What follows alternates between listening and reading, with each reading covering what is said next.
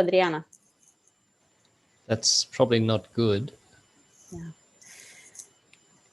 Good afternoon, good morning, everybody, and thank you, Roger and team, for accepting our invitation to this short panel to talk more about this wonderful online course of the UISG on interculturality and leadership.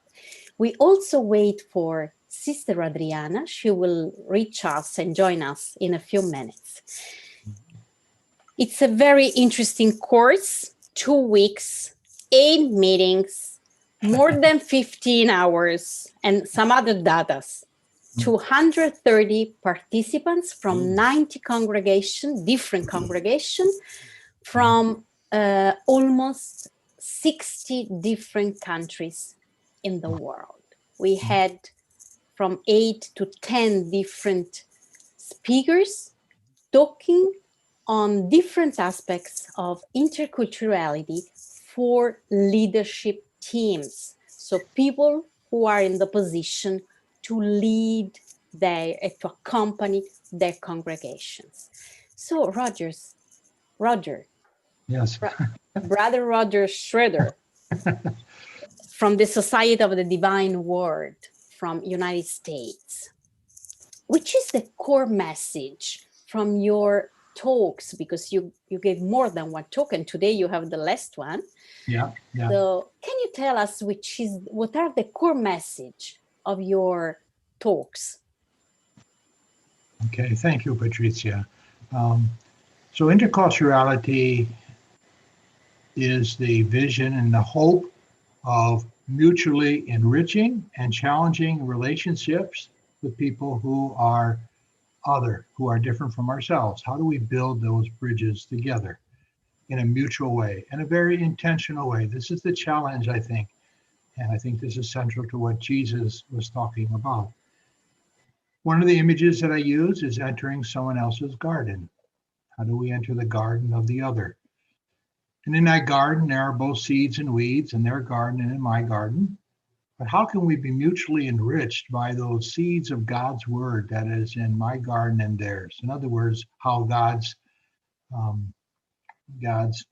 life and of the word of God, which has a power of its own. How are we enriched and challenged by that? Now, when we do that, that process includes, I think, 2 different movements. On the one movement, there is the movement of understanding the culture, the society of the other. And the other part is, how do we see this from the perspective of our faith, the reign of God? So we have both culture and our faith coming together. And how do we do that? The second talk I gave, I talked about the early church and how did the early church do this as they followed the mission of Jesus, a very powerful message of Jesus. How did they do that? And that meant that they had to also deal with both the questions of culture. So they had to get over their prejudices against those who were considered different than them, the Gentiles. And they had to overcome that. And we walked through Acts of the Apostles, that beautiful story to see how these women and men, disciples of Jesus, how they encountered differences, people who were other than them and filled with faith. So both the culture and the faith, both together. And how did they come together and continue that message of what God is about, to really spread it about amongst all peoples. And to me, this process is a process of being a true disciple, being fully human, and just being fully a part of what God's image is for us. That is what we are to do.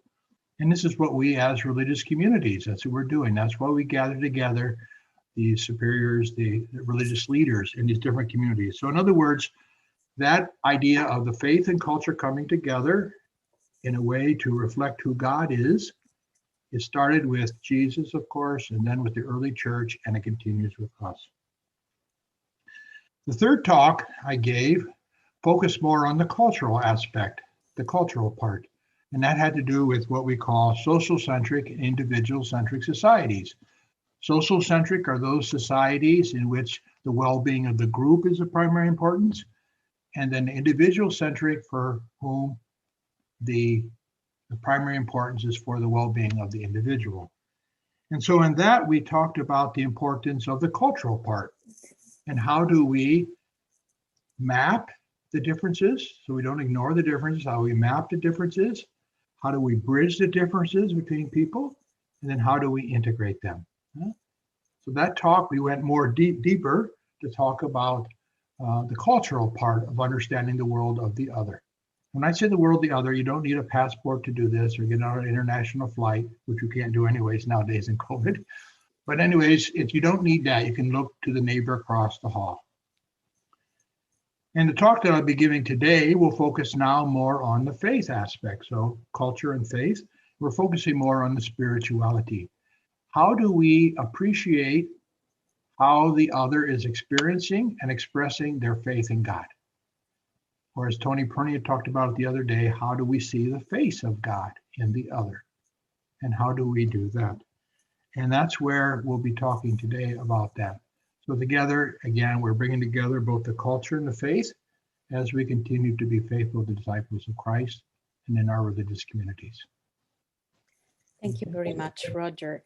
I have the feeling that faith and spirituality are two strands to build up a more intercultural community. That's what I've been listening through these 2 weeks.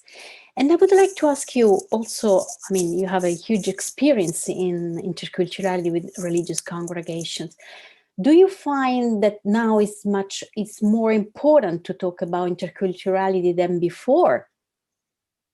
Yeah, I mean, I think from the very beginning, there was diversity in the church. But what has happened now is that diversity has really come home much more explicitly in our world, our globalized world. We don't go out to the others are coming to us. And so the way the world is now, there's much more of us coming together in an explicit way. Also, religious communities at the beginning tended to be more of one culture. My own society started out as primarily a German-speaking congregation. There were those of other European nationalities at the very beginning as well. However, that diversity began to spread within the religious congregation, just as the church would continue in that way. As we know now, Christianity is expanding in the global south around the world. The majority of Christians now live in the global south. This is also who we are today. So I think we need to be more attentive to this. This is our reality. And I think it continues to witness to how God is calling us together. Thank you very much, Roger. And it's really true that also the geography of religious life is changing and moving a lot. So we are trying to find a new balance, perhaps, you know. Exactly. Thank you very much. And a balance that can be very enriching for us. We're not just coping with difference, but it's really something that is bringing new life to us. I think God is offering us another opportunity. We're being invited to be enriched by God's life in new ways. So the matter is not to accept the diversity, but is to build up a new community, a new global community, starting from the differences, perhaps, Exactly. not despite the differences. Exactly. So embracing that diversity. Yeah. Okay. But we cannot hide also the difficulty, the challenges that we are talking a lot about during this course. Yeah. Okay, let's move to your co-frère, Tim Norton, another member of the Society of the Divine Word. He comes from Sydney, Australia, but he's now in Rome. Tim, what are the core message of your talks during these weeks? Okay, thanks, Patricia. Some of my themes have been focusing on intercultural sensitivity, interculturality in religious life generally in the world, and intercultural leadership. So for people in leadership, how do they manage interculturality? So one of the primary issues that people need to try and attend to and think about with regard to interculturality in religious life is intentionality. So this needs to be something that religious life is intentional about, that it's really trying to do this. It takes significant time and significant energy. And we've been speaking principally to leaders in religious life.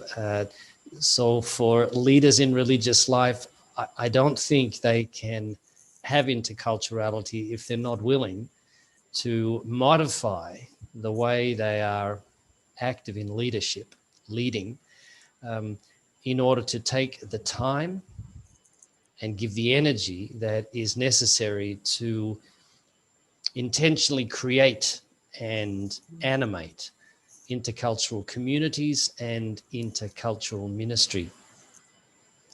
So I've worked with some groups that have said they wanted to be more intercultural, for example, inviting members from another province in another country to come and work with them in some of their ministries. And the group that is inviting and desiring that people come, sometimes they just hope it happens by the very presence of people from other places.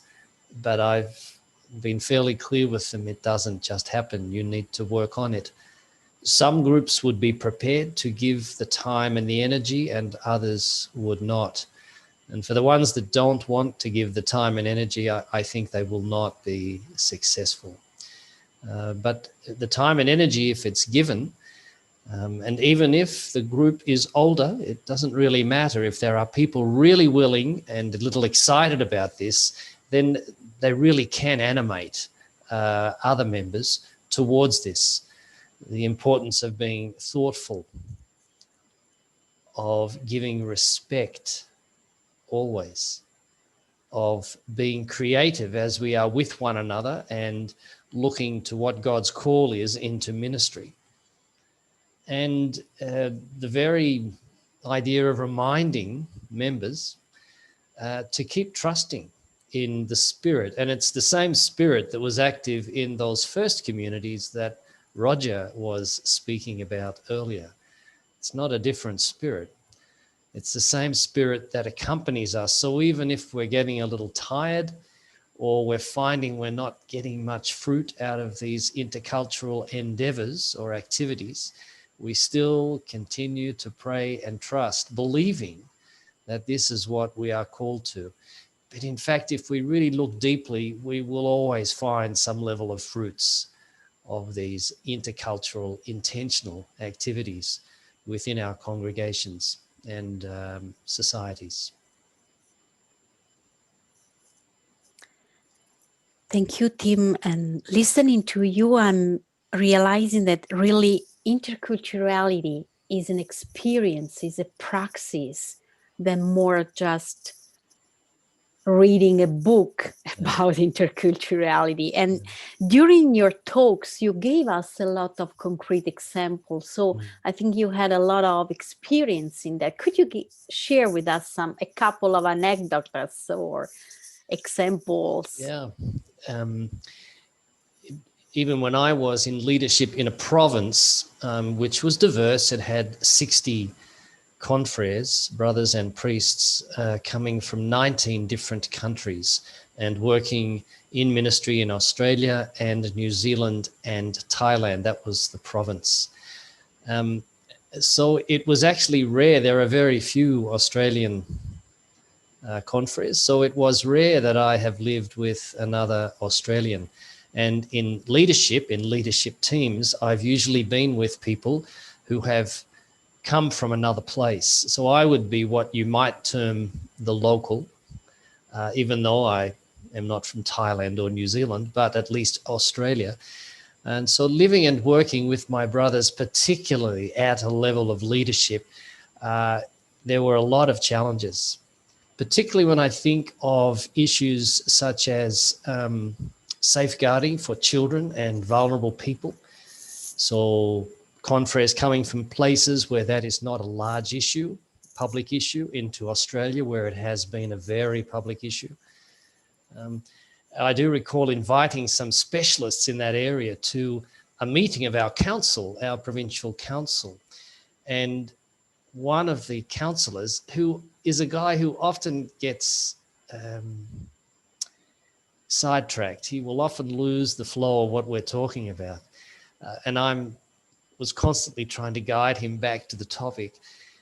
But one question he came up with to these specialists in the area from his cultural background, and they sat there and were in silence. They looked at each other and they said, "We don't have an answer for your question. In fact, we've never even thought of that question." And that is a very important question. So we will go away now and we will come back next week with a response to you, because we think what you said is actually very, very important for us to think about and for us to include in the work that we are doing. So here's someone from way outside the context coming in, bringing a question that has relevance to his cultural context in this new place. And it's a very relevant question.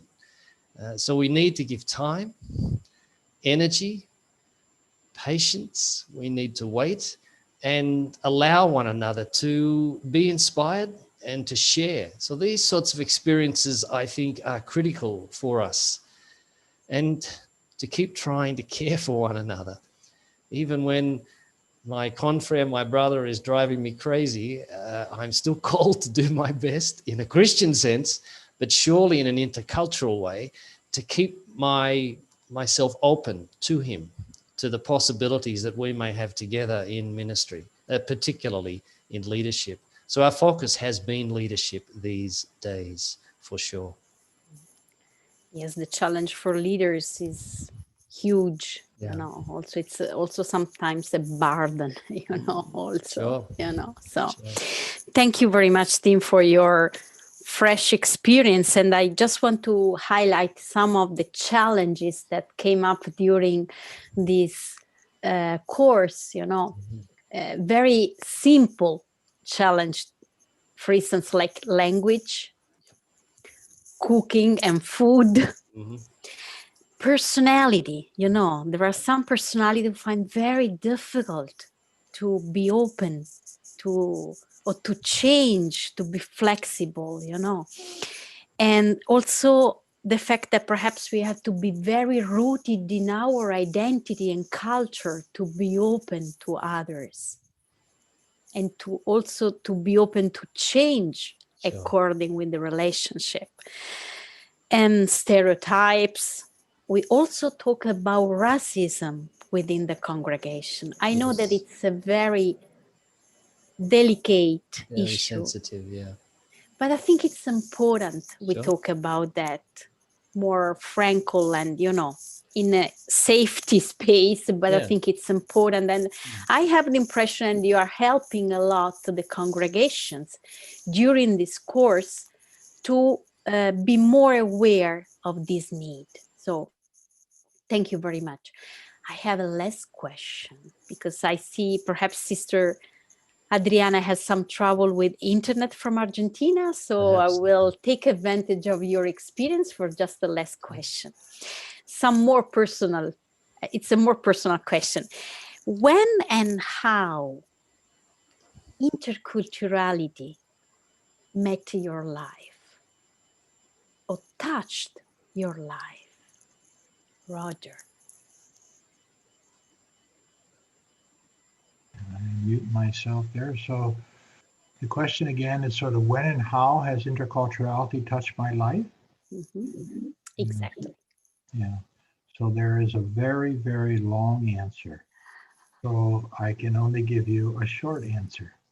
Okay. So, I mean, interculturality has just widened my perspective, my experience of faith in so many ways. Maybe just one example. I worked in Papua New Guinea for 6 years, and there was the Ambrose. He was the principal of the school, a Papua New Guinean from the local area, and his wife, Ida, and they lived across the grass airstrip. And we became very good friends and dialogue partners. We talked about a lot of different things together, and we shared life together. And I just remember going over in the evenings. They always had an extra plate of food, no matter whoever came by. We'd sit around the fire at night, and we would have this, we'd sit around and just talk about their family or about some challenges in the parish or the school and things like that. And I can just remember sitting there with them and just saying, wow, this is really something else. You know, we come from two very, very different worlds. He grew up in a village in Papua New Guinea and myself in this way.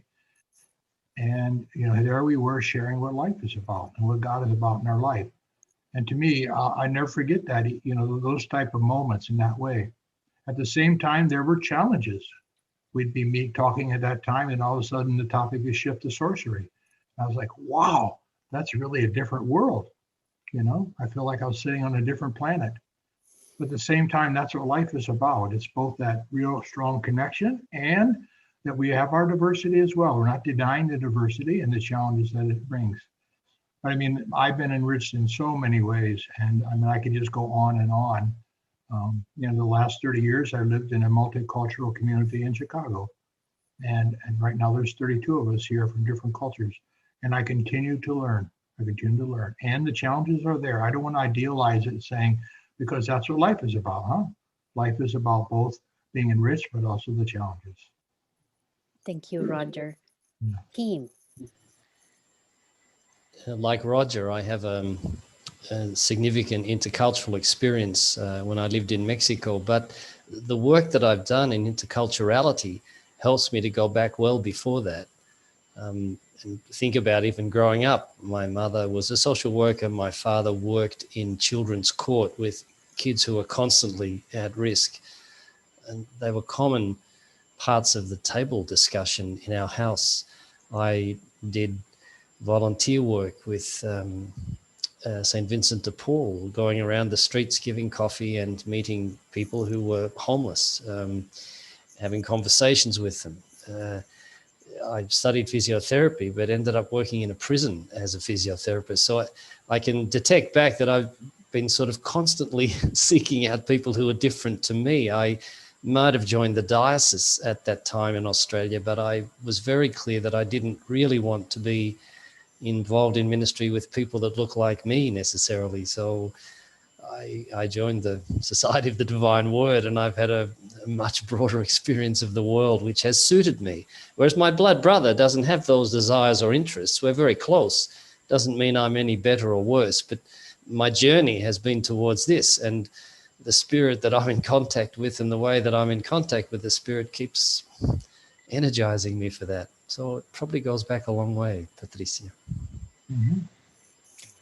Thank you very much, Roger. Thank you very much, team. And I decide to close this panel, this conversation, this dialogue with this personal question, because perhaps we can see clearly that when we talk about from our profound perspective, from our story, it's much easier to dialogue and to meet the diversity of the other. When we talk about theories on interculturality, might be much more difficult to create a bridge and to learn each other. Good. Thank you very much. And we have to go because in a few minutes we will be online and our participants are waiting for us. So thank you.